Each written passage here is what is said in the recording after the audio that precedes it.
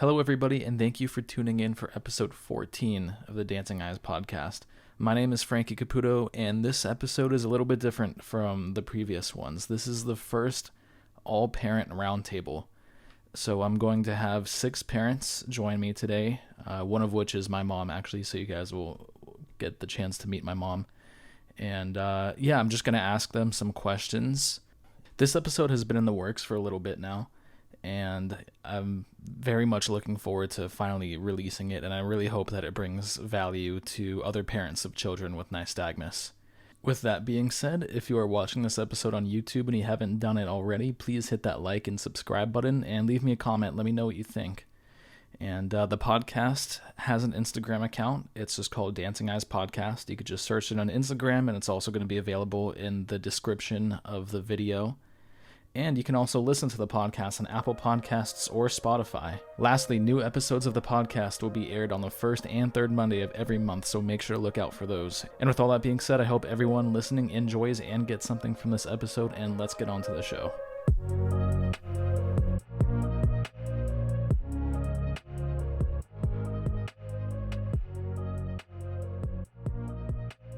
All right, guys, thank you for joining me for the parent roundtable. Obviously, I'm not a parent, but all of you guys are parents. So here we go. I think we should just start with introductions. So how about we start with you, Greg? All right, I'm happy to. My name is Greg Rajakovic. Our family is located in the Richmond, Virginia area. I do not have congenital nystagmus. I had never heard of that until my children were diagnosed with it. I did say children. My son is 15. He was diagnosed at birth or shortly thereafter. And then my daughter, who was 13, was also diagnosed immediately at birth as well. So that's when we found out about nystagmus and what it means.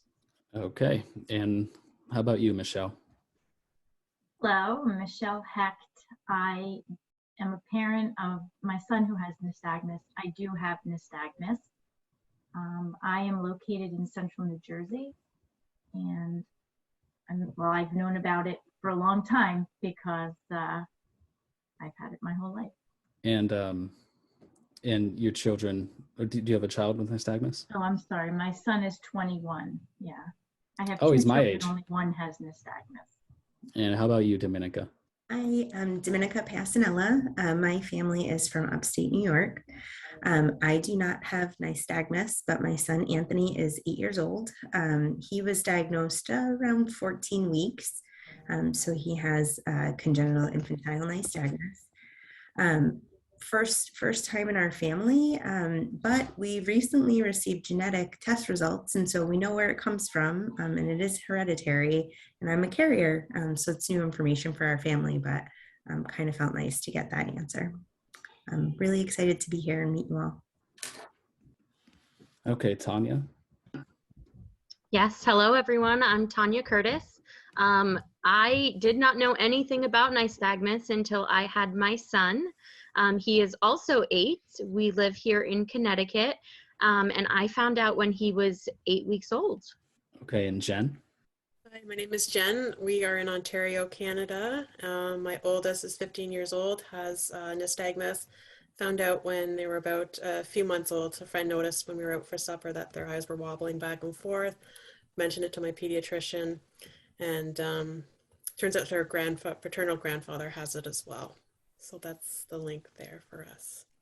Okay, and lastly, my mother, who I'll probably be calling Mamishka because that's what I call her. So, Hi, I'm Shari Caputo. I am in Atlanta, and I do have a son with congenital nystagmus.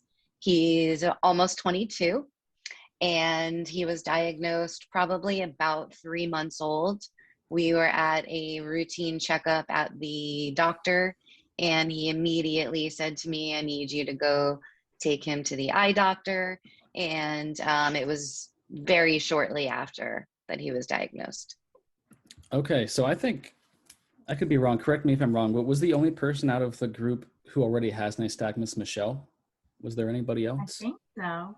I was waiting for your mom to say she had it because I thought maybe someone else had it. Yeah, I could have sworn. I thought that a couple more people would have had it, but anyway. Okay, so Michele, this question is just for you then. So did you consider not having children knowing that they might be born with nystagmus? I never ever thought that. No, Okay. never even occurred to me to not have children because of it. And it wouldn't occur to me either, but surprisingly enough, I've come across some people online who were very against the idea of having a child with nystagmus if they thought that they would pass it on, which I thought was interesting because, I mean, we're still here, we're still functioning humans, and we're still living our life. So I think our children would be able to make it through with it too. But, Yeah, I've had conversations with people who were early on getting married and thinking about having children, and I had that conversation with a couple who were really concerned. I look, everyone's different and entitled to that thought, I guess. But yeah, there's a lot worse things that can happen than nystagmus, I think. I think so too. Mhm. How would you say? Frankie, I'll just add, Go ahead. I had one child previous to my son being born with nystagmus, and I did question, should I have another child with the risk being there of them having to live with this? And I had some guilt, like it was my fault, and I think that's a normal parent thing. But I did question it. I did end up having a third child. He does not have nystagmus, but I would say the doctors were the ones that put that fear in me. They're like 25% chance it'll happen again. And I'm like, okay, well, my son's only like 2. I don't know what that's going to mean for the future. So it did come into play, but ultimately I had a third child. And if he had nystagmus or not, I don't think it would make a difference, especially now that I've seen my middle son grow and develop. He does just fine. And I know he'd be an amazing dad too. That's great to hear. So this question is for you, Michele. How would you say that having nystagmus yourself has influenced your ability to raise a child with nystagmus? I think it helps me to not really worry about it because obviously it's a huge, scare when parents first find out and they don't know anything about it. So I have 2 children, and when my daughter was born, she's older. The first thing I did was stare at her eyes, as soon as she opened them.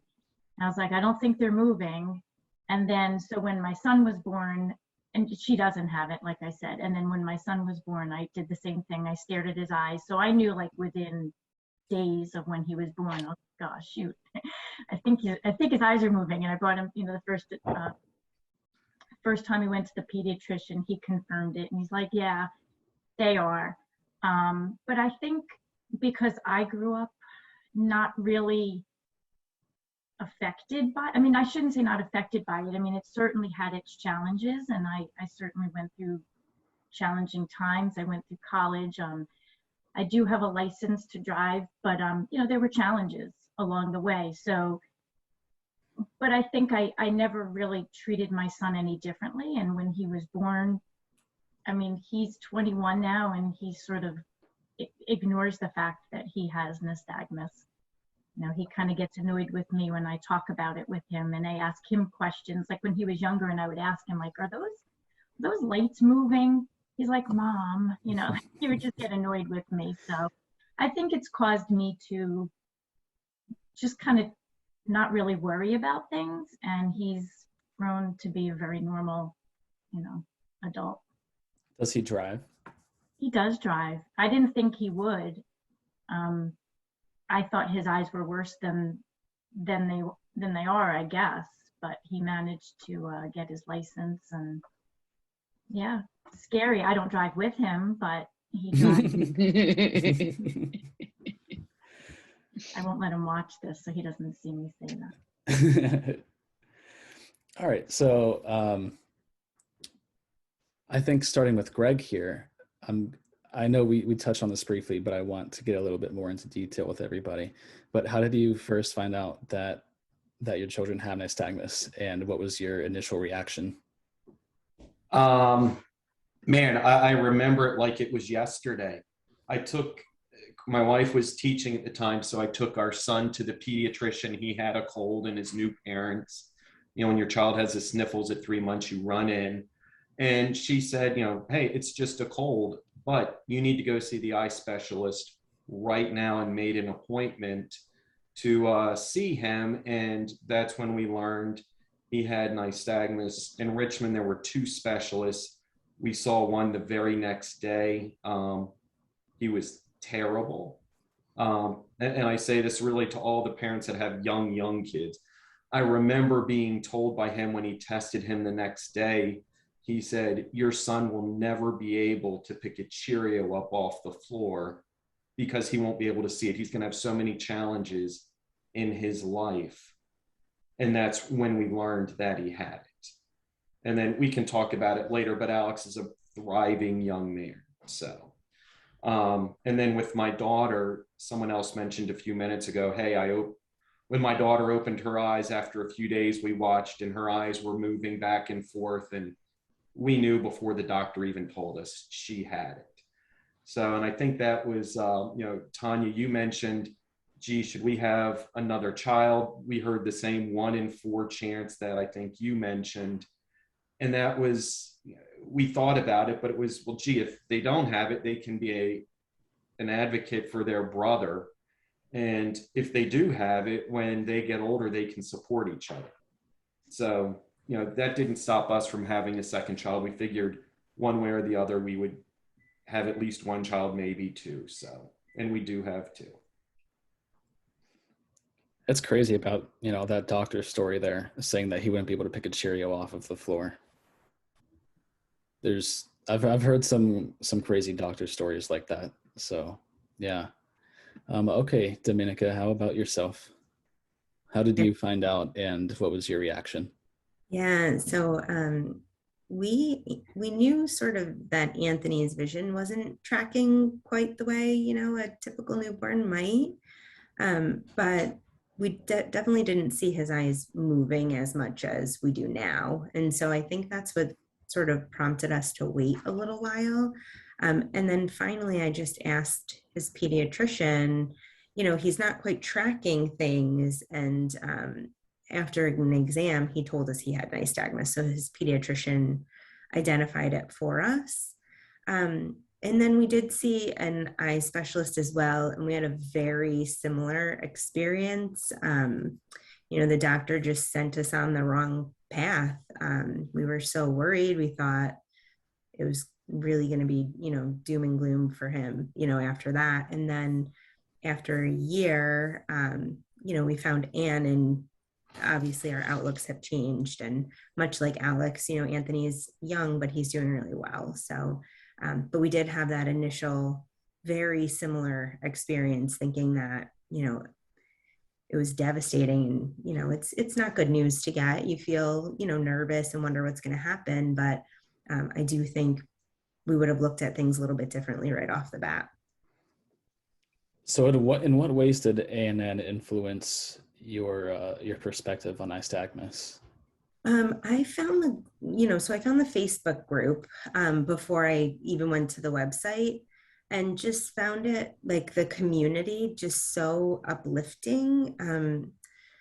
Just folks sharing experiences, like wins, you constantly seeing kids riding bikes and kids doing, really great things. And I think that's what made us start to say, like, what we heard can't possibly be true. And, being younger parents, we should have Googled it and learned more probably right off the bat. But it wasn't until I found the community that I started to really do a lot of that research myself and get plugged in. So it gave us that extra sort of hope and light that we didn't have previously. Nice. Okay. And how about you, Tonya? How did you find out about your child's nystagmus, and how did you react? Yeah, so I found out at 8 weeks. We were at a regular pediatrician checkup, and the doctor looked at my son's eyes and said, "Do they always do that?" And I was like, "What do you mean? He's a newborn. He has baby eyes. Like, what are you talking about?" And he goes, "No, that's not quite normal." So he immediately said we needed to go see a pediatric ophthalmologist. He said we were in good hands because there was somebody that was around here, very well known, especially with children. So we got the first appointment that we could, and we went there. And I remember being so terrified. I refused to Google it because I thought it was going to ruin my life. Because as a parent, you want the best for your children. And I could tell you, there were lots of sleepless nights until that appointment came. And he was an amazing doctor, not great bedside manner. He told me a lot of what my son would not be able to do instead of telling me what he could do. So now I tease him when we go to see him because we've built that relationship. He told me my son should never play a sport with a ball. Well, guess what? He loves soccer. This kid lives, breathes soccer. So I don't listen to anything they say about what he won't do or can't do, because he'll do anything he wants to do and puts his mind to. Was there anything else that the doctor said he wouldn't be able to do that he's doing today? Oh, yes. So in Connecticut, we also have the Department of the Blind, that as soon as the child's diagnosed with nystagmus, you're given a teacher of the visually impaired. And this teacher would come and with the doctor, they would share notes and whatnot. They were like, the Cheerio story made me chuckle because she told me he would never be able to lace a Cheerio. And I was like, well, why is that important? Like, okay. Whatever. And then she told me he wouldn't be able to pick up a Cheerio with his fingers and put it into a jar. And I remember her telling me that. And then I tried it with him when she left and he did it. So I sent her a video and I said, don't ever tell me what my son will not be able to do. And What's up with doctors and Cheerios? All along. I know, it's weird. It's like they get taught about the Cheerios in school or something. Mm-hmm. Yeah, that's weird. All right, Jen, and how about yourself? So again, it was we were out for dinner with the friends, and one of them mentioned Mackie's eyes were moving. So made an appointment with our pediatrician. That was late spring, early summer. Got a referral for an ophthalmologist, but it wasn't until the fall. So, but in between, I had found out that their grandfather has it. So I was like, well, that's what it is. We'll just waited out for the appointment. Ended up going to the emergency room for breathing difficulties, known airway issue separate from nystagmus, but then all of a sudden neurology is being called. They're doing a CT scan. And I was just like, whoa, no, like, what are we here? Like, what are you doing? And they're like, well, their eyes are moving. It's, nystagmus is concerning. I'm like, no, we're just waiting for an official diagnosis, but they have nystagmus. The grandfather has it. I'm not concerned about it. Though that was a bit of a roller coaster night, an emergency there. And then they did do an MRI. Everything was fine. Of course, it's just passed along from their dad's side of the family. But like I said, 15 years old now and doing absolutely fantastic. And I guess your experience with it is a little bit different than some of the other parents, because the grandfather has it. And so you've already experienced it before. So the word nystagmus wasn't new to you. So it was new. I had not met their grandfather before. It lives in a different province. And their father and I haven't been together. So no, it was all this nystagmus was nothing I knew anything about until the doctor had mentioned it to me. Oh, okay. Yeah. All right. And Mamishka, how about you? So like I said before, when you were about 3 months old, we were at a routine checkup and the doctor said the same thing as Tonya. Do his eyes move like this all the time? And I had no idea. He was my first and I had no idea. And so they sent us into a pediatric ophthalmologist who we went in for one checkup with him. He said, yes, he's got congenital nystagmus. And at the time they thought possibly ocular albinism. And he was going to set up some tests, but this guy was full of, just like Tanya's experience, it was nothing good, but all bad. And so I did a lot of research. And as it turned out, one of the really big pediatric eye centers was not too far from where we were.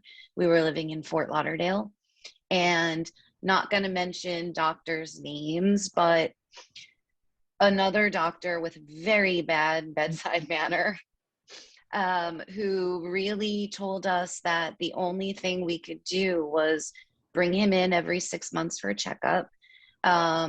They did tell us that it was very possible that his eyes would get better and that the movement would slow down over time. And other than that, it was really a bunch of, there's nothing we can do. There's not much that he's going to be able to do. And there's no procedures. There's nothing. He really pretty much left us hopeless. Frankie's almost 22. So at the time, Facebook wasn't a thing, and none of the support groups, I don't even know if ANN was around, but there wasn't really anyone to turn to. So I went into mama bear mode and I did all of my own research. And I know Frankie will talk about it a little bit later, but it took us several years. And I finally wound up going to a doctor that was in New York, that wasn't even in Florida. And we went to her for several years, and she was the doctor that did his first surgery. So it was the kind of experience where I think any parent who hears anything about their child that isn't going to be perfect, it's something that we think about all the time, stress out about all the time, and we just want them to be normal and live a normal life. And Frankie's almost 22 years old, and I literally cannot think of anything that he can't do that his 22-year-old sister can do, other than his comfortableness surrounding driving. And other than that, there's not one thing that he can't do. All right, so starting off with you, Greg, have either of your children have any procedures for their nystagmus? No. We've been to the Wills Eye Institute in Philadelphia, and we took our kids when they were young, and they said the same thing that our specialist here in Richmond said. And P.S., after we saw that first doctor, we never saw him again. We went to the other specialist and love her. But in about 6 weeks, we're driving down to the Duke Eye Institute, and Alex is going to be evaluated there. He's 15 years old, so we feel like he's old enough to be either the main decision maker or part of the decision-making process. So that's a long-winded way of saying, no, neither of my kids have had any surgery, but they're thinking about it. And Alex's driving force, pun intended, is he wants to drive. And right now he would be restricted to daytime driving, which for a 15-year-old boy he doesn't like to hear that. So is the surgery supposed to improve the vision a little bit? Well, we're not going to have surgery. We're just going to have the initial consultation. I mean, his vision right now, he wears contacts. His vision is 20/50. So me personally, and my wife as well, I don't think surgery is the best option because there's always a downside to surgery. But it's not my decision to make on his life. It's his. Speaking towards the downsides of surgeries, I'll name one of the downsides that happened for me. And it was only, there's only one downside, but I feel like I'd be doing a disservice if I didn't talk about it. But I had a procedure done when I was 13. And what was it? The Kendenbaum? Kestenbaum. So the goal of that surgery is to improve the null point so that I'm not looking so off-centered when I'm looking at things. And one of the side effects that I got from the procedure was it gave me double vision. And I've never had double vision before. And after my eyes were fully recovered from the surgery, I had double vision. And I still have it today. It's not as bad as it once was, or I've just gotten used to it. But I remember at one point it was really bad. And when I was wearing glasses, I had prisms in my glasses to help correct the double vision. And they helped, actually. The prisms helped. But the second the glasses came off, the double vision would return. So did the benefit of the surgery outweigh the negatives of double vision? That's a good question. My response to that would be when I was 13, I was pretty young and I didn't know so much about my eyes, and I didn't really know so much what a null point was. I didn't know that my head was off centered or that I looked at things a little different. It wasn't until I it wasn't until a few years later where I found out about it, and it wasn't because I found out about it on my own. It was because I heard other people mention it and bring it up to me. And I would always see myself in photos and see that my head was looking a little weird, but I never thought twice about it. So yeah, so to answer your question, I'm not really sure because I'm not so sure how bad my null point was before the procedure. And I know that I still have a null point now, and it's not very bad. Maybe my mom could help a little here. What was the difference in my null point pre-surgery and post-surgery? It was actually pretty significant. Pre-surgery, I don't remember, they did give like a percentage of where an angle of where your head is at. But even looking at older pictures of him, he was always like about that. Oh, wow. And he is, I don't even know if it's recognizable. Obviously, I see him every day. But when I see him doing the podcast or on the screen, his face seems really pretty straight to me. Occasionally, I'll see if he'll go to look in, he might twist a little bit, but it's not the way that the null point was when he was a kid. It actually, like, it's his eyes, but I would agree as a parent saying that the only downside was the double vision, which was significant for him. But as far as the head tilt, it definitely made a difference. Yeah. Okay. Greg, do you have a pair of headphones that you think you can use? I think we're getting some feedback from your speakers. Let me look. I'm on my cell phone again, so let me check. Okay. All right, so let's move on to Michele. How about your child? Any procedures there? No procedures. No.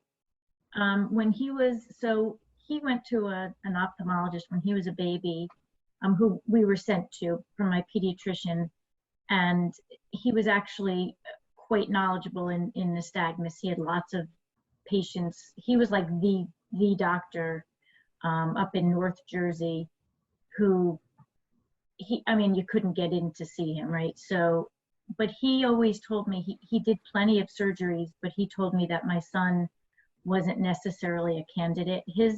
My son's null point is a lot better than mine is. Mine is way more significant than his ever was. But no surgeries for him. Okay, and how about you, Domenica? Yeah, so Anthony had the same surgery, it sounds like, as you did, Frankie. He had a pretty significant head tilt, and he would look out the corner of his eye. And as he developed, we could sort of start to tell that it was going to cause a problem for him. He was doing it, watching television, sort of sitting in the room looking for us. And we started just to get worried about like some of the downstream musculoskeletal impacts that he might have. So we pursued it. His null point is now straight on. So it was a really great improvement. He did also have double vision after the surgery. He did prism lenses, similar, sounds like, to your experience, and some vision therapy. And while they're still slightly misaligned when he's up close, they seem to have corrected themselves, thankfully. So I'm curious about the vision therapy. What was that like? So we've had many different doctor experiences in my area, and we ultimately landed with an optometrist. And the optometrist in practice, it's a huge vision therapy practice that he also sort of runs, and they focus primarily on reading skills for children. And so lots of different sort of diagnoses, but mostly the pediatric population. And Anthony went through a full like 6 to 9 month vision therapy regimen. He would go weekly. He had homework. And I think overall, he improved 2 reading levels, and we definitely saw some improvement in his eye control. But I wonder, part of me wonders, would that have happened if he didn't do the vision therapy? But, harmless, non-invasive, right? So it was definitely worth a try for us. And if we had to do it all over again, I definitely would. And some of it is like core development. So there's exercises that, in some studies that link your core to your vision. And so just some good skills, I think, for life too, that he took away, and exercises that he can continue to do. Has he continued doing some of the exercises? He has, yeah. So also being an 8-year-old boy, he loved like the physical exercises that he did. And, so as he progressed through the program, he would get stronger physically too. And so, he just really loved to show us, like, one of them is like a Superman pose. And I'd embarrass myself to even try to show or explain it, but things like that, he's really very into it and just really enjoyed some of it. Has he seen any difference in his double vision? Yeah, so it was definitely very significant after the surgery. And I would say probably for a full year, if not a year and a half. And so I think a lot of the work that he did and the prism lenses really helped. At one point in my life, and I don't have nystagmus, I also had double vision. It was years ago, and prism lenses helped me as well and corrected my double vision. So it was tough to get a little one to wear them routinely, but we saw a good improvement there. Yeah, the prism lenses really did the trick for me too. It's just aesthetically they looked really awkward, I think. Yeah, and almost like it's hard to tell. I felt a little nauseous, right? Like motion sickness, but probably would have gotten that with the double vision too. But if you can get through it, it seemed to work. And you get used to it too. Eventually, you have the prisms in for long enough. For me, at least, like I did get nauseous a little bit at first, and then after a few days to a couple of weeks, I got used to it, and then I didn't realize that anymore. So, yeah. All right, and now we've got Tonya. How about you? So yes, my son Blake did have surgery. I don't know, Domenica, how old was your son when he had his surgery? He was 4. Okay. So the specialist that we saw here in Connecticut told me that really time was of the essence. So we started seeing him at 8 weeks as soon as we were diagnosed. And he told me the sooner we could go to Ohio to see his mentor, the better off we would be. So my son had his surgery at 2 years old. And the reason we ended up going to Ohio was because of all the testing that they did before the surgery to show me that it was going to make an improvement. And that was important to me. I didn't want to put him through that at 2 years old without sort of a guarantee that he was going to see some improvement. Looking back now, I'm so grateful that we did it. It was hard because we were away from home. I had other children at home, but I did meet great people like Jen and Mackie and her family. And Dr. Hurdle was an amazing doctor. And sorry if you don't want me to say doctors' names, but he's now a member You can say of the doctors' family names. pretty much. So we went there, we did the pre-surgery. We were there for like 2 days, and being 2 years old and going through that, testing was a little crazy. I remember just holding his head straight to look at this red dot. It traumatized me a little bit, but we went through that. He was able to meet with us in the end and tell us that we would see improvement. So we scheduled the surgery and came back a few months later and went through with the procedure. I would say that as a parent, the hardest part after surgery was the blood tears. I was not anticipating that. And when they handed me my baby with these blood tears, I lost it for sure. It was just like something out of a horror movie. But being 2 years old, I'm wondering now if he had double vision and I didn't know. I forgot about the blood tears. Mhm. Those are interesting. Oh Yes, man. they didn't prepare me for that. No, yeah. Yeah, those things are scary. Okay, and Jen, how about yourself? Mackie had their first surgery here in Ottawa when they were 4. The doctors here in Canada are really quite ignorant when it comes to nystagmus. Um, Anyways, back then they weren't even allowed to do surgeries for nystagmus, it turns out, legally. A few years later, when I found that out, I got the OR record and it said she had strabismus, which was not the case at all. So no surprise, the surgery did absolutely nothing. And then I dealt with the ophthalmologist. Everyone thinks our healthcare system's fantastic, and it does have a lot of pros, but it's got a lot of things to improve on. So we dealt with the ophthalmologist for years, and finally, Mackie was reading in fluent French and English, no problem at all. As you know, though, kids with nystagmus need some extra time when doing the eye charts during the appointments. So the eye doctor's like, well, she's not getting the letters right because she doesn't know her letters. I'm like, no, needs the extra time. She can read fluently in French and English. You just can't rush, or else you're right, not going to be able to see it.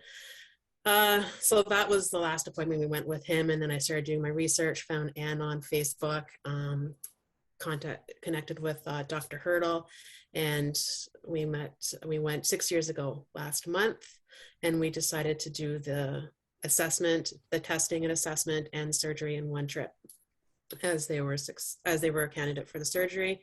And yeah, everything went great. No double vision. I think maybe for the first 2 days, the eyes were a little bit misaligned, but it cleared up pretty quick. Significant head turn before for their null point. Now it's straight on. I remember going to school like a few months later, and their friends were commenting about how they don't have to turn sideways anymore to look. And I was like, you're right. These are, grade 3, 4 students, and they've recognized the differences, and it was definitely the right decision for us. Vision's pretty like 20/30 at this point with the contacts, and I'm looking forward to getting driving next year, and I think that's going to be a possibility, which without the surgery it was not going to be. So 2030 is really good.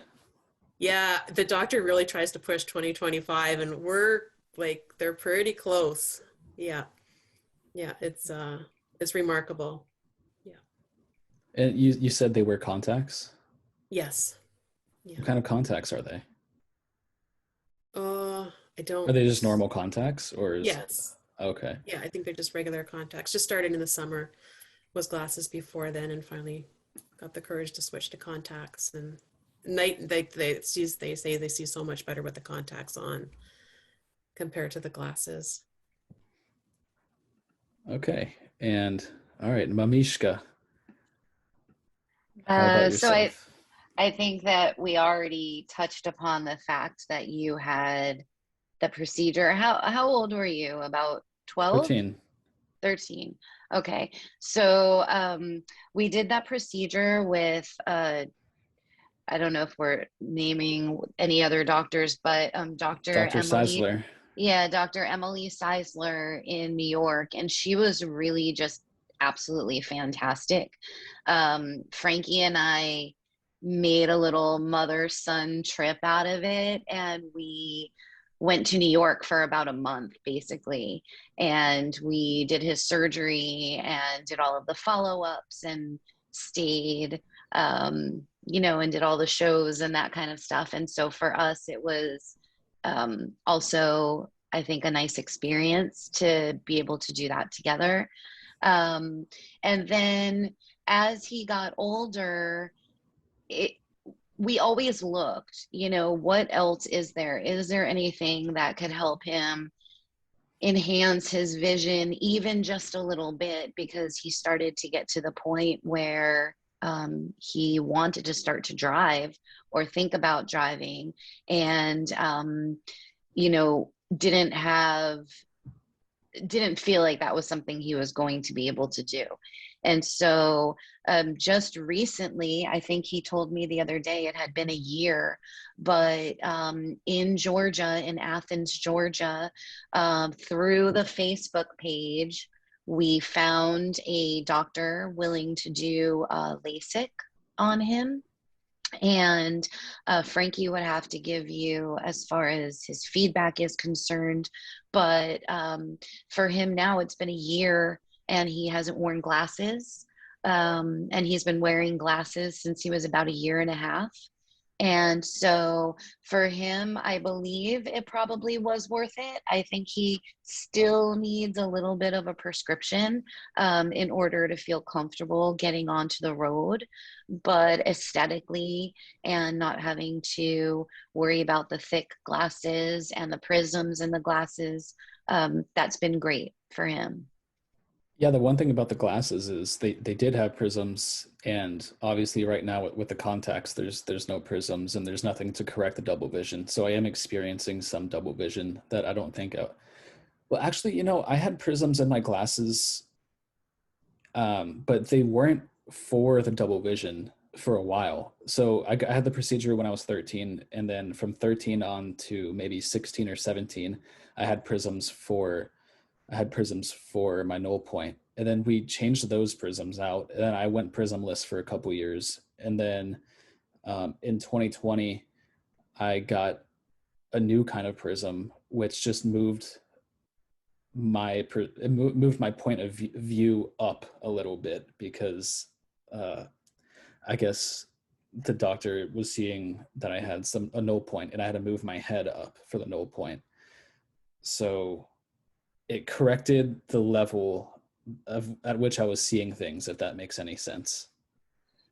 The other thing, Frankie, is after the surgery, the prisms that were on his glasses were actually the sticker ones that they put on, because they kept adjusting the different levels that he was at. So for all of those years, it was kind of a prism sticker that went into the glasses. And when you got the new pair a couple years ago, that was actually the first time where we got the prism built into the lens. And I actually remember when we went, were those the yellow sunglasses, the gold ones? It was the yellow sunglasses and the regular glasses, because we got two. Yeah, when we went, this was like one of those mom moments. He was so excited to get them, and he bought an expensive pair and put the prescription in there, and we went to go get them, and he put them on, and we started to walk through the mall that we were at, and he was devastated. Like, he couldn't see. Things looked wrong to him, and I immediately started panicking because we just spent probably $1,000 on this pair of sunglasses for him. And it wasn't that he wasn't happy, he was devastated. And it took a while for him to start to feel comfortable wearing them. And then even when he felt comfortable wearing them, he still had an issue, because in order to make the glasses the way that would work for his prescription, they had to change something else. And so the lenses were thick, and he wasn't happy about that. And that was one of those my main moments. issue with them, is that the lenses were massive. They were the thickest glasses I've ever seen. And I paid a lot of money for these. And I told them, I said, because they charged me a lot more for this prescription than they would another prescription. And I asked them if they were going to be thick, and they said no. They did not say that they were going to be as thick as they were. So one of the things that I was really upset about was how thick they were. I thought they looked really funky. But that was one of those moments as a parent where a lot of the other stuff just doesn't matter. But like, when your kid is hurting, and like they're hurting because they can't see, or because their glasses are too thick, you just want to help them. And really, that was what helped him the most, was those glasses. So like, now that he had the LASIK done, he could get regular glasses, nice glasses, and not have to worry about the prescription. And that was a really big deal for him. that was the best part. I love sunglasses. um, all right, moving on to the next question here. We're going to start with Greg. What are some of Alex's hobbies, or either of your children? What are their hobbies? What are they into? So Anna just joined a basketball league. So she's seventh grade. This is her first year of organized basketball, and she's certainly not the best player, but you know what? She's certainly not the worst. So she likes to play basketball with her friends. She likes to play in our driveway. So she wanted to go out and play on a team. She does that. Today was a day off from school, so Alex was invited to go to Top Golf or Drive Shack, where you hit the golf ball, and it's all. So I mean, is he going to be a professional golfer? No, but that's probably more because of his dad, not because of his nystagmus. So, but do my kids go out and, play golf or mini golf? I say golf, Top Golf or mini golf. They play basketball, and then both my kids do a lot of bike riding. We live in a neighborhood that has about 12 miles of bike trails. So they'll just get on their bikes and ride, which is nice, because when they were 2 or 3, we were worried, would they be able to ride bikes?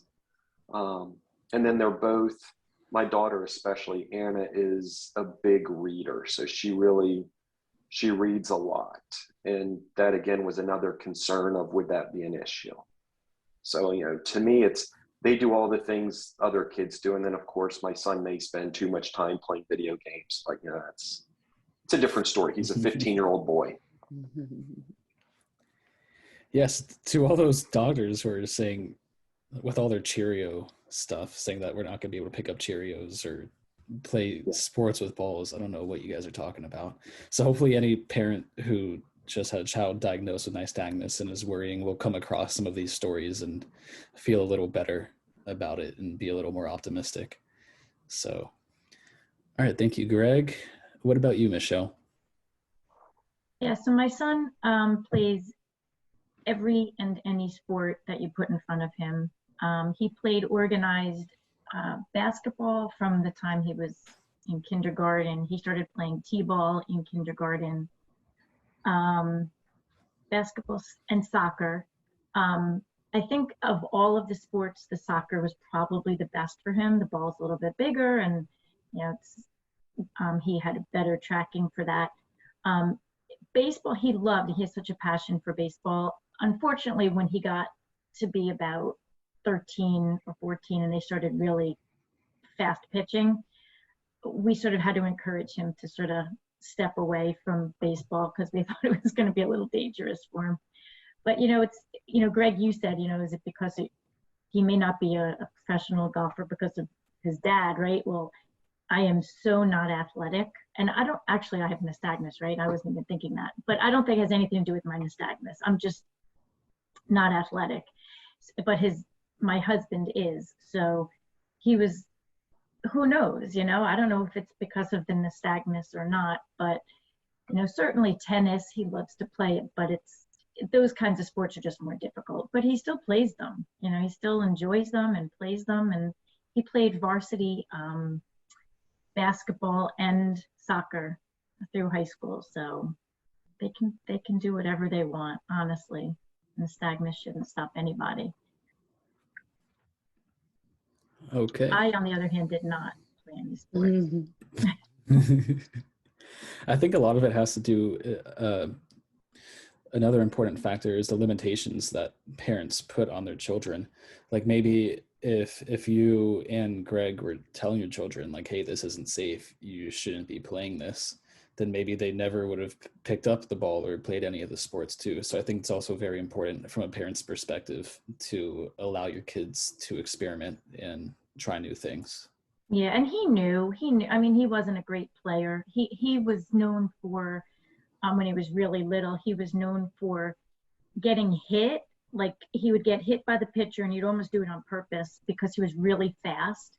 So he would like lean in, get hit, he would walk, and then he'd steal his way around. So he actually was like, one year he got an award for, the coach would give out awards, and he got the award for the most runs and 0 hits for the entire season. We said, when the ball's coming really fast, it's probably not a good thing. You can't be leaning into the ball. No. That's funny though. That's a good story. It is funny. All right, Domenica, how about yourself? Yeah, so I think, in the spirit of letting our, son try something, we let him try baseball too. And he played up until last year when they switched to kid pitch. And he took a pretty hard ball right to the mouth. But Michele, what you're saying so resonates, and it makes me laugh because he was so happy that he could take a base because he hadn't ever hit the ball that he wouldn't even let us check on him. He ran right to first base, right? And he was so excited about it. And then, the next game, he was really nervous to get back in the batter's box, and we gave him an out and said, we get it. We're totally okay if, this is it for you. But he wanted to go again, and he got right back up to plate. He was very nervous jumping out of the box, but, he was 7 and he wanted to be there. And so, we let him do it again. But this year we did, kind of nudge him towards soccer, and he was happy to try that. So that starts next week. And Michele, I'm going to tell him about your son playing for the varsity soccer team because I think that will be very motivating for him. He also does Taekwondo and loves it. He's doing really great with that. And like a master Lego builder, right? He can take anything apart, rebuild it. It's totally right in his skill set to do stuff like that. And we're also starting with the video games too, and probably spending way too much time on video games. So I think that's in his future as well. But he's doing great. He's doing absolutely everything his peers and friends are doing, and he's just trying it all. So it's been good. There's actually certain video games that could help with hand-eye coordination. You know what, Frankie, send those over because my husband and I talk all the time about how this is so bad for him and he just loves it so much. So, anything that we can. Well, it's up to you to determine if they're even games that you want him to be playing, though, because they might not be good games for him, but technically they might have him help with the hand-eye coordination. All right, send them over. We'll screen them, but it's still kind of nice, because he just loves it so much. So. And you also brought up the Taekwondo too, which I think is interesting because there's not really any combat sports that I know of that Nystagmus will prevent you from participating in. Even boxing, I've boxed before, and Taekwondo is a striking sport. Like it's not like jujitsu or wrestling. With even jujitsu and wrestling, it's not like Nystagmus is going to stop you from participating in those either. So that's always something that I would encourage people who have Nystagmus to check out is some sort of combat sport. Yeah, I think it's great. They're not there yet. He's just getting through his belts now, and but it's definitely in his future. And I think it's a lot of, his balance was kind of off, even with like all the core exercises and stuff that he had been doing. So I think this helps him with body awareness and balance and, really learning how to use his body on his own. So many benefits we've seen and confidence as well with Taekwondo. Awesome. And how about you, Tonya? So I know I mentioned it before. Blake is obsessed with soccer. He thinks that's going to be his career one day. I'm not going to tell him it might not be, but we'll let him keep trying. So he actually plays with his older brother's team because he thinks he's too good for the younger kids. And he gets right out there with them. No fear. He might be a foot shorter than them, but he's in it with them. In addition to the soccer, he rides quads pretty regularly on our property. That did make me nervous at first because, the doctor said he may not ever drive, and that's still to be determined, but he's on that quad. He knows where he's going. He is more cautious than my other children with it. Like he'll stop quicker if he's not sure what's going on, but he does really well. And then the video games. We've recently started the video games, and it's something he really enjoys. He knows how to get his Switch hooked up to his big TV, and he'll tell his brother he has to use the TV because he's the one who needs it to be bigger. So, he uses it to his advantage all the time. I did that I too. will add, we were gonna try baseball. We were registered, and I sent the boys outside to play. My son pitched to him, hit him in the face, and that was the end of baseball. We didn't go to practice. I was traumatized with the egg on his forehead. So baseball's the one thing I put my foot down and was like, let's just not. We need all the brain cells that we can get. So we're not gonna do that again. We've got 2 baseball face shots now. Well, fortunately, Kenny never took one to the face. I think I would have put a stop to it. He knew somehow to lean in. He was really little. He was very short. So the pitches used to come like, I don't know. It was very easy for him to not get smashed with it. I feel like I'm a terrible parent saying like, I'll let my kid get beat up by the baseball. It wasn't that bad. I mean, he never took it really in the face or in the head or anything. Now he came running inside, holding his eye, going, "Mom, I didn't even see it coming." I was like, well, "Okay, that's a sign." Yeah, I could never do baseball. I tried baseball, and I just never got into it. So, all right, Jen, how about yourself? So Mackie's 15 now, but while growing up, did gymnastics, soccer, dance for many, many years. Balance is still a struggle at times, but currently loves basketball, loves to read, reads a lot, plays the trumpet, and is in a choir. That's their big thing right now. Okay. The trumpet's a new one. I don't think I've met anybody who plays a trumpet. Yeah, they love it. It's good. How is it with reading music? So Blake wants to play the guitar, and I'm worried about him being able to really focus in on those little notes. Yeah, so for this school, that's a funny thing because the school is doing it all online music. So they have to use their Chromebook to read the music this year, which is a struggle. I did mention it to the teacher, but I'm just trying to get Mackie to self-advocate when it comes to possibly needing a paper copy of it, which at this point, I think there was a music coming up that they're going to need the paper copy, and Mackie has said that they'll talk to the teacher about getting a paper copy, but on the paper copy, no problem at all. They've been playing for a couple of years now and no issues. I just wanted to, I played flute my whole, like all through school, and I know that I needed I couldn't even imagine when you said on the Chromebook, I couldn't even imagine that, but I had, paper, and I just had to bring the music closer to me. Yeah. Or there were times where we would share stands with the music, and my null point was so bad, I always had to sit on the right, on the correct side of the music to share, and people were generally good about it.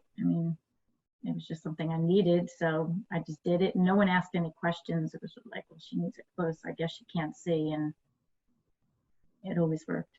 Shouldn't stop anyone though. Music's awesome.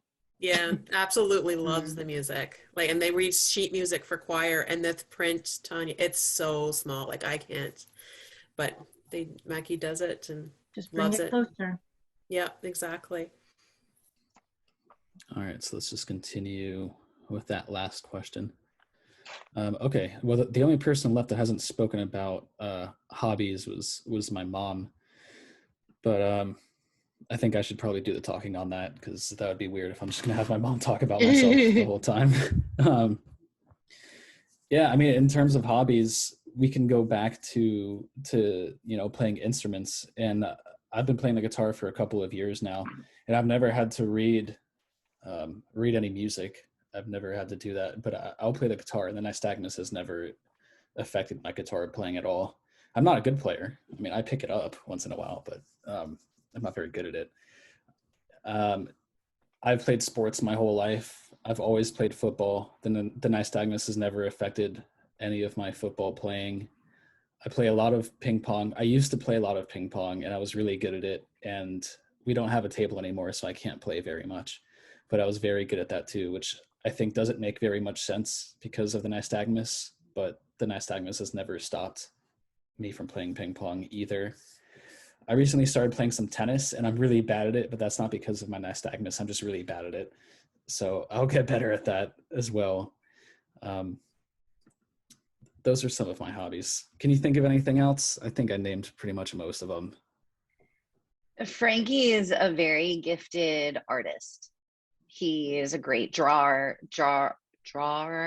He's a great painter, music, anything that is art is always something that he's been interested in, and something that he's been very good at.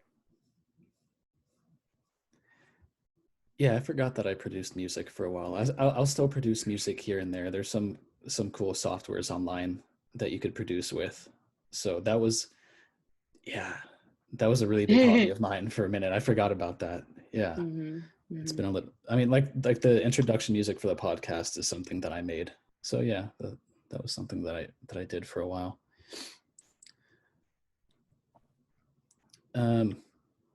Okay. So back to Greg here. Here's one of the last questions that I've got here. What are some of the positive ways that nystagmus has affected you or your children?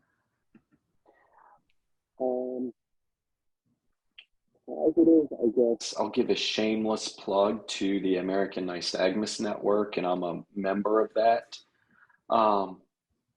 That's been great for both me and my wife, but more importantly, our kids. And, Jen has mentioned Mackie started wearing contacts last summer. Both my kids did as well. And last year was when we had the virtual conference. And I remember after the teen session, my kids came in and we were in a separate room. We didn't want to listen in on their conversation. It was, hey, Dad, there's like 4 or 5 kids that are going to start wearing contacts. And even today, and maybe it's less, but I know Mackie and Alex still text back and forth. And that's really cool that as friends that are in another country. So, that to me is one of the big positives is it's given them friends and resources outside of just our family or our little support group. Is they've met other people that have it, that are like them, that have the same challenges. Frankie, you've spoken to my son, and it was fun for him to talk to you. And he plays ping pong just like you. He's good. Now I will say he gets that from me.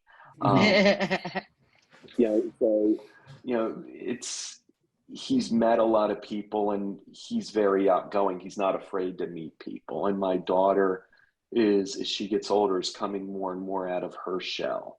So, what's the positive is that they're meeting people and meeting friends. And some of it is, I think they've been forced to self-advocate at a younger age and learn how to speak up, maybe at a younger age than I did. I say it's small things. I'm not the one doing it, but it's, even though they're supposed to sit in, they have preferential seating in class, not every teacher follows that. So maybe at the beginning of the school year, they have to tell 1 or 2 teachers, gee, Mr. or Mrs. Smith, I should be sitting in the front. So I give them a lot of credit, and that's forced them to speak up, which I think is only a good thing. Not just speaking up for advocating, but it teaches them speaking up for themselves, period, in general, and doing what's right. So that's probably the other big benefit that they've got. Okay, and Michele, what are some of the positive things that Nystagmus has done for you?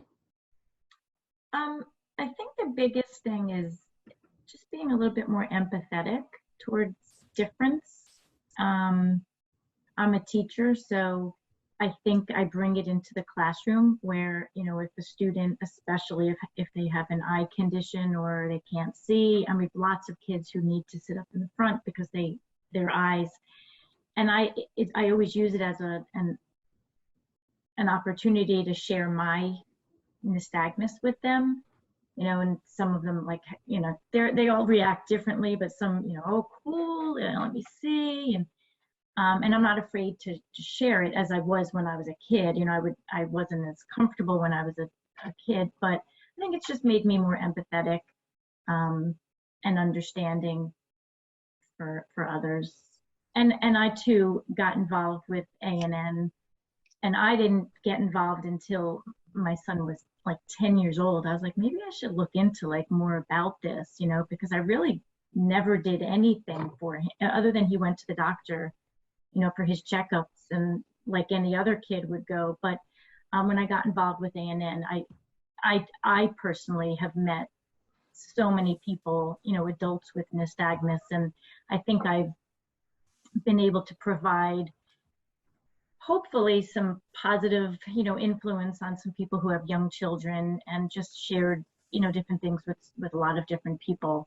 Unfortunately, I have yet to get my son to feel comfortable and be part of ANN, and he's just not.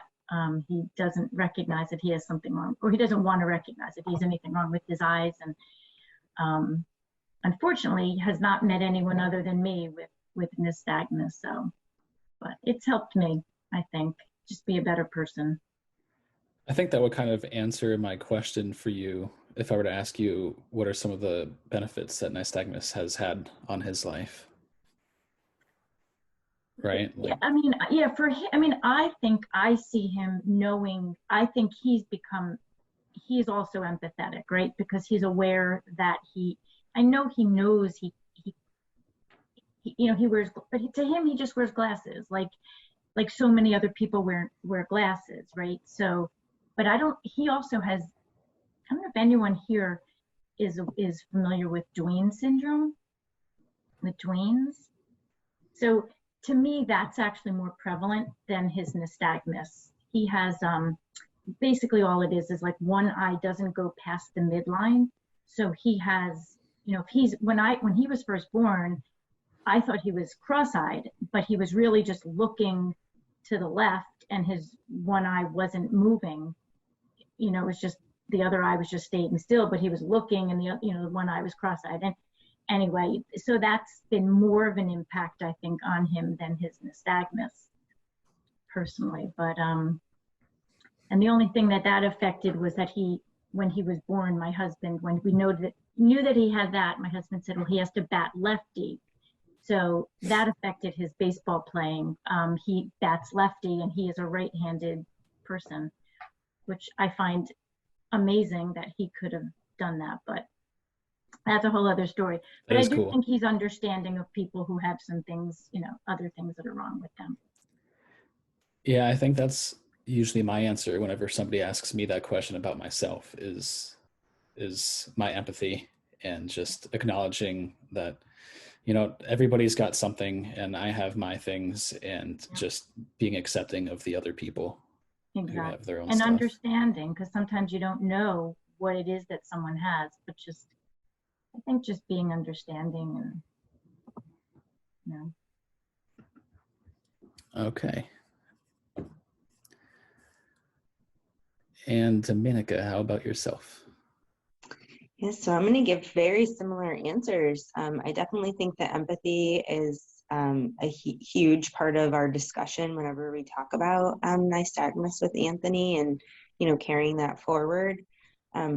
For me personally, it's been the community. You know, I'll say the same thing Greg said, and I told you all, like, finding Ann changed the way that we looked at Anthony's nystagmus. And so he also has celiac, which is way more difficult to navigate or finding than, you know, his nystagmus, and he is also autistic. And the Ann community, and not just our ANN group, but just the nystagmus community in general, is just so welcoming and kind and friendly, and always giving, you know, advice, but never like in a you have to do it this way kind of a way. And we just don't find that everywhere. So it's been great, and it's helped us to really navigate in a lot of ways. And the other thing that I will say, because I think taking the time to sort of celebrate as we've gone, you know, bike riding and walking without tumbling, and just, you know, some of those milestones as he's grown up, I don't know if we would have appreciated them the same way, you know, and I think it's a good lesson to always stop and celebrate, you know, all of those accomplishments. But, you know, I just wonder as a parent if, I'm sure it would have been very meaningful, but, you know, watching them ride a bike just really was very exciting. So just to put that positive spin on it too. That's a good answer. Gratitude. That's a good one. I'll hear empathy a lot, but yeah, being grateful is also a good one, I think. All right, Tonya, how about yourself? What are some some of the positive things that Nystagmus has done for you? Yeah, so I think as a mom, it really just made me a better mom. Like it brought the mama bear out, and I knew that I was gonna had to advocate for my child, and really it's advocate with doctors, making sure that he was getting what he needed there, but even at school, advocating because it's not something that they see very often.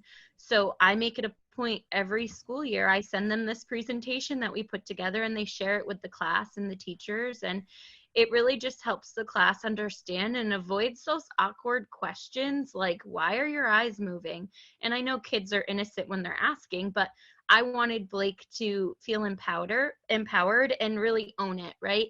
He's got a cool superpower that not everybody else gets to have, and we celebrate it in our house. So I think that it really just made me a better mom, and it made me help him really understand what he has and be an advocate for himself. I would say the empathy too. So I work in customer service, and I remember before kids, simple things would irritate me. And now I think, and I'm like, there could be another reason for this, not just, that somebody's trying to annoy me. Maybe they can't see it. Maybe they can't hear me. All of those things, you really just get a brand new perspective on things when you have to deal with something like this.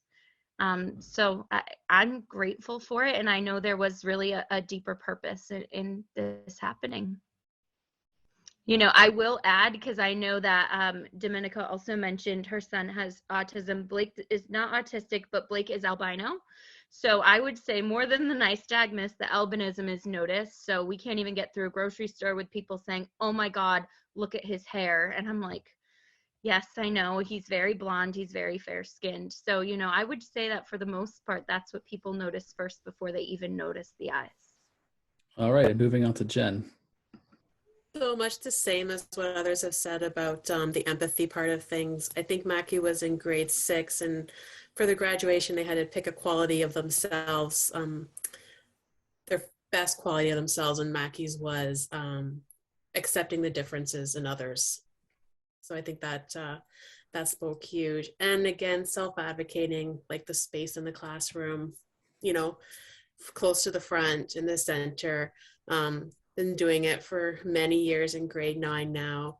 And then recently came out as non-binary. So now self-advocating for that part. So they're kind of, instead of sitting back and kind of waiting, they're trying to make changes in the school with regards to that. So I think it's given them the feeling empowered to, be able to have some control over some things and try to make some changes and get people to understand things. Okay. And Mamishka, what are some of the positive things that Nystagmus has done for your life? I'm not really sure that for me personally, I can say it's been a positive for me in this particular way. But the really interesting thing is, I agree with everybody as far as empathy and understanding, that all absolutely. I think also for Frankie, what I've seen is as he's gotten older, the ability to kind of laugh at himself a little bit, where maybe when he was in middle school or high school, there was definitely a lot of bullying. There was a lot of very difficult times for him. And as he got older, being able to laugh at himself a little bit and not take it so seriously, it shows a lot of character. And then for me, really just, I think Michele and I are the ones with the oldest kids, and I say kid, but he's a man, is seeing the way that being able to take the information that he's learned and to be able to take the empathy and the understanding and wanting to create a community for Nystagmus and starting the podcast. And so for me, you know, I watch him and I see what people from the community say to him and the messages. And that makes me really proud, because for me, that means that all of the fighting and the battles and everything that we went through at school and he went through at school, you know, you can come out and do really good things after that. Okay. Awesome. So now we're at the part of the podcast where I like to have some conversations going on between the participants, as opposed to me just asking questions. So let's just go ahead. Does anybody here have any questions for anybody else? I don't have a question, but I just wanted to tell Greg that I met Alex maybe before he did the podcast with Frankie, because you had posted something on Facebook about how he had won in competition, in DECA competition. And so I was a forever DECA nerd, and Frankie and I started talking about Alex. And I just wanted to tell you that watching you and hearing you speak, I can see where he gets it from. He's a really charming young kid, and speaks like he's much older than 15. Speaker. I appreciate you saying that he gets it from me, but he gets it from me and then doubles it. So thank you. And he says hello to you. I had a great time working with him, and he really, when he sent the presentation, I couldn't believe that he was 15. I couldn't believe that it was his first time doing it. So he was just fantastic. Yeah, years ago, we were at the Nystagmus conference, and this was the in-person one in DC, and I think some of you were there, and this was 2019, so he was 12. So he said he wanted to speak, and he had to do a 1-minute video. And this is the difference in my kids. And my daughter was 10, so she wrote hers down on her card and read it. My name is Anna. I am 10. And I told Alex, I said, you have to do a minute, talk about yourself and what it means to have Nystagmus. And he goes, okay. And I said, all right, well, do you need to write anything down? No, you said it's only a minute. I'm good now. So he immediately I taped him on the iPhone, sent it in to Jim. And he called back a few weeks later. I love this. And Alex ended up getting up, speaking in front of maybe 300 people, Wow. Mostly adults and professionals, about what it is to be a 12-year-old that has Nystagmus. So he doesn't let anything hold him back. That's awesome. That's awesome. Yeah. And when he did that, he made a huge impact on me, because that was the first time I had met Alex and I had seen him speak. And then I think I had to get up and speak shortly after he did. And I felt embarrassed, because here I am, a teacher, and I teach, I talk in front of people all day. But getting up in front of 300 adults and people is so different than a classroom. And he just made such a positive impression on me. Mm-hmm. And he was only 12. When I see him now, he's like, a grown, but he was mature at 12. So well, he's taller than me now, so he is grown. So yeah. So Michele, I want to ask you a question, but before I do, earlier I think Frankie mentioned, or maybe it was you, Michele mentioned, it was you, that you were hoping that you've had a positive impact on kids or parents with younger kids. Yeah, I look at so many people like you or Jim or Jeff, and there's so many more that I won't even name, that have Nystagmus, that are my age and are what I call successful. And you all have very different careers. So yeah, you are a shining star of, gee, I have Nystagmus, but it doesn't really mean anything. It's not going to hold me back. I've got a successful career. So when you wonder, gee, have you made an impact? Yeah, on this guy here. So. Well, thanks. That means a lot. That means a real lot to me. So my question to you, and you're welcome, is you started with a new brain program, and I was wondering if you could tell us about that or tell me about that. Yeah, so just a little background. I am part of ANN. So it brought me to a convention that was for pediatric ophthalmologists.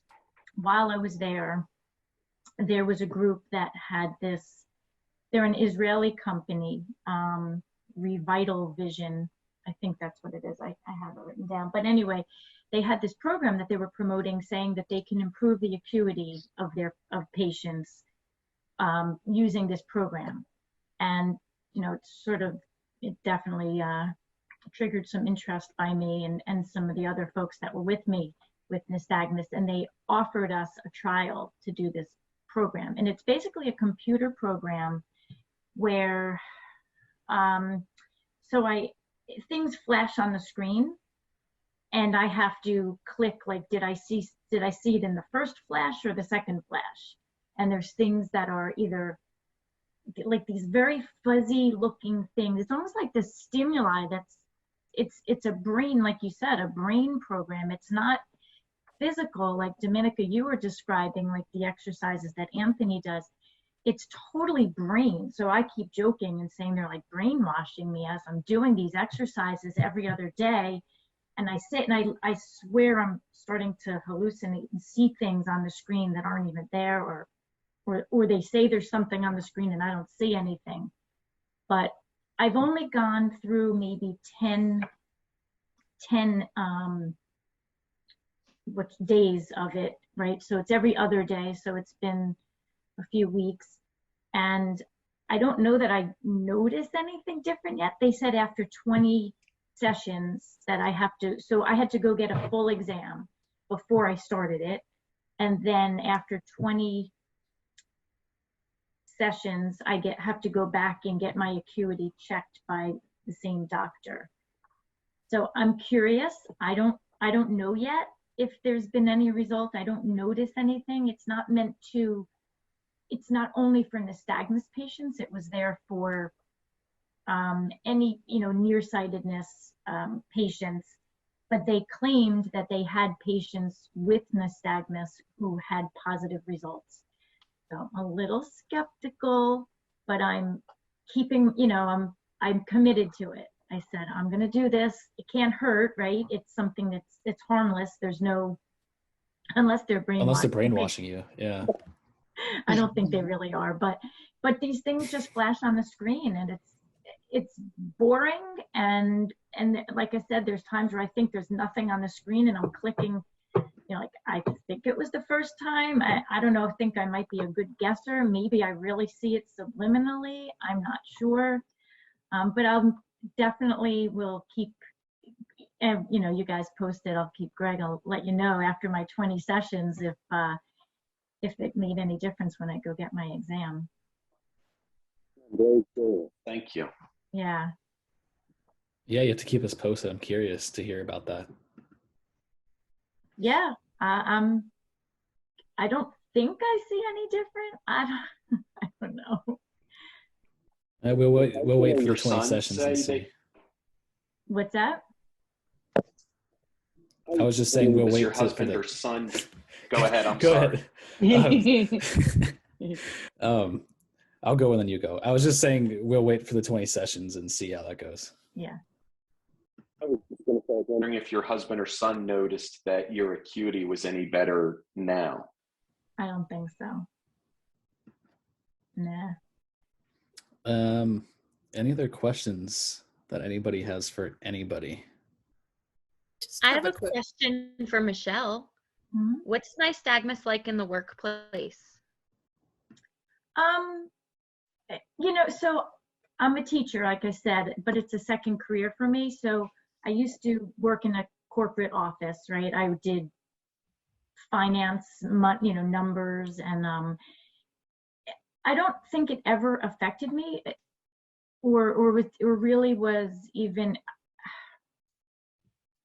I never had any accommodations or anything. So when I had a computer, I just sat closer to the computer. I remember doing presentations. When I had to do presentations, I think affected me more than it had any impact on anyone else, just because I'm very aware of my head tilt.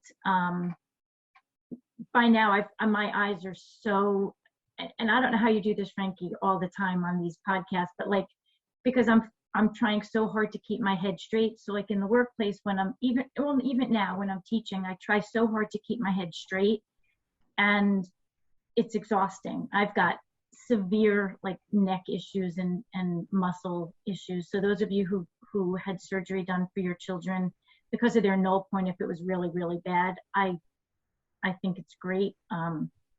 But for teaching, it's interesting because, like I said, I feel like I'm keeping my head really straight and I'm looking straight, and the kids still, after all these years of teaching, it's so defeating to me. Like, you know, they raise their hand and I'll call, I'll say yes, and they'll be like, who me?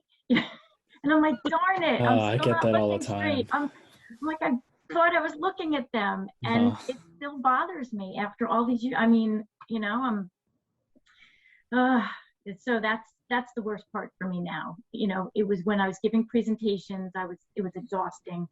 But now as a teacher, again, it's a teaching moment though for the kids, and I share with them, and I'm like, I thought I was looking at you, you know, and I do it. I just tell them, I explain it to them. So by now in the school year, they know, but it's still frustrating. Yeah, the who me question gets me a lot too. Yeah. You know, it's been happening my whole life and it still bothers me. So it's nice to hear that I'm not the only one. Well, 30 years later, sorry, Frankie, it's still bothering me. So yeah. 30 more years from you. So unfortunately, it doesn't go away, but. And I can relate to you with the neck pain a little bit, especially when I'm going out or if I'm watching a movie or a play. Yeah. Or a game, and I'll definitely get some pain in my neck for having to turn my head the whole time. Yeah. And I always try to avoid looking out of my null point because I just don't like aesthetically, like I don't like what it looks like moving my head so far off. And my null point's really not that bad, but I'm still very conscious of it. And yeah, so I'll consciously keep my head as straight as I can, and that could influence my eyes to shake a lot too. So it's kind of like a lose-lose. It's either I can move my head really far off and well, you're all moving all over the place right now because I think Zoom is actually with all this with COVID helped me because I see myself, right? So I'm like, well, I know if I look like this, you're not gonna, you know, I know what I'm gonna look like, so I can see myself. But yeah, I can't focus on anybody's faces. So I didn't get to see any of my students when we were virtual because they were all these little boxes and I was trying to keep my head straight and they were all flying all over the screen and I couldn't tell you what any of them looked like, unfortunately. Yeah, I can't see anybody in the background. I can see you just because to me the camera's focused on you, but I have speaker view, so it only puts the camera on whoever's talking. Yeah. Even if your kids were in class in front of you, they all had masks on, so you still wouldn't have seen them. So, you know, don't feel too bad. I know. Any other questions that anybody has for anybody? I've got a question for the group. I guess the one thing that we noticed that nystagmus causes is that our kids need more sleep than probably some of their friends or peers. Do you all see that with your children? Mackie sleeps a lot. Like, yes, more, and they complain they can't see as well when they're tired. So I would feel like they're tired. So I was like, well, just keep your contacts out. Just put your glasses on. Just, you know, and they're like, no, I see better with my contacts. I just need to put them on. But I do notice, yeah, they do sleep a lot. I never noticed that actually. I noticed that when Frankie gets very tired, his eyes tend to shake more. But I don't know. I don't ever really notice that he slept more than like my other kids. Is that right, Frankie? Yeah, I probably don't sleep enough. I think I only get like 6 hours a night, maybe 7 hours. My sister sleeps a lot more than I do. So she's so much more than I do. Okay. She's a performer. What do you want? Yeah, I think my daughter, who doesn't have nystagmus, probably sleeps more than my son, so I never really noticed that either. But what you said about the eyes getting exhausted and tired, that is definitely true. So it can be exhausting, trying to focus on things throughout the day. Yeah, it's like when their friends are up texting at 11, 12 o'clock at night and they're hours in bed already and they get that text in the morning. It's like, how do they stay awake so late? I can't do it. I would say, my little guy's younger than your children, Greg, but when he gets home from school, you could tell that he's taken a lot of energy and focusing, because you'll catch him, he'll lounge on the couch, I'll see him closing his eyes, and I think he's really tired. And I think it's just he knows he needs to rest his eyes before he can get ready to get that second wind to keep me up until, 9 o'clock when I say lights out. I think a question that I would have for the group is, as being part of the Nystagmus community, is there anything else that you guys would like to see that would raise awareness for Nystagmus, things that aren't being done already? So I'll take a stab at this one. I think for me, what I've always been interested in is like fundraising for research and having like a community decide on where to give that, funding from a research perspective. I think for Anne, we do a lot in trying to fundraise, but we're not quite there yet.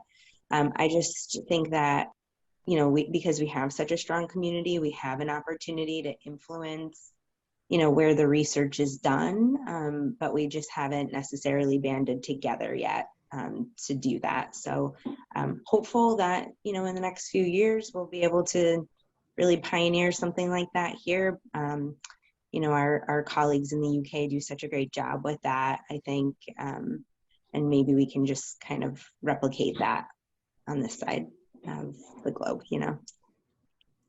All right. Is there anything else that anybody has to say before we come to a close here? Other than thanking you, Frankie, for doing this, and I've watched all of your podcasts actually that you've done since it started getting posted on the ANN website. I just commend you. The fact that you're the same age as my son, or not very much older. Good for you. Good for you. Congratulations. This is an awesome job. And thanks for having us. This was a great idea. I appreciate it. Thank you. Thank you everybody for joining on and taking time out of your day for doing this. I really appreciate it. I just want to take a selfie with you guys real quick for the Instagram. I never figured out how to do it right. All right, I think that you guys can't even see it. Whatever. All right, that works. Well, I've never done that before. Selfie through the screen. A Zoom selfie. I always forget to do it. I tell myself before every podcast that I'm going to do it, and then I've done 13. I probably did it for 2 or 3 of them. So I remembered for this one. So I feel honored that you remembered for us. Thank you. Thank you for having us. Thank you. Thank you, guys. Nice to meet you. And thank you for the podcast. Bye. in Nice to meet general. everyone. Same. All right. Bye. Yeah, I've spoken to you guys Good online. It was night. nice to see all of your faces. So Yeah. You too. Good night. good night. Good guys. night. Good night.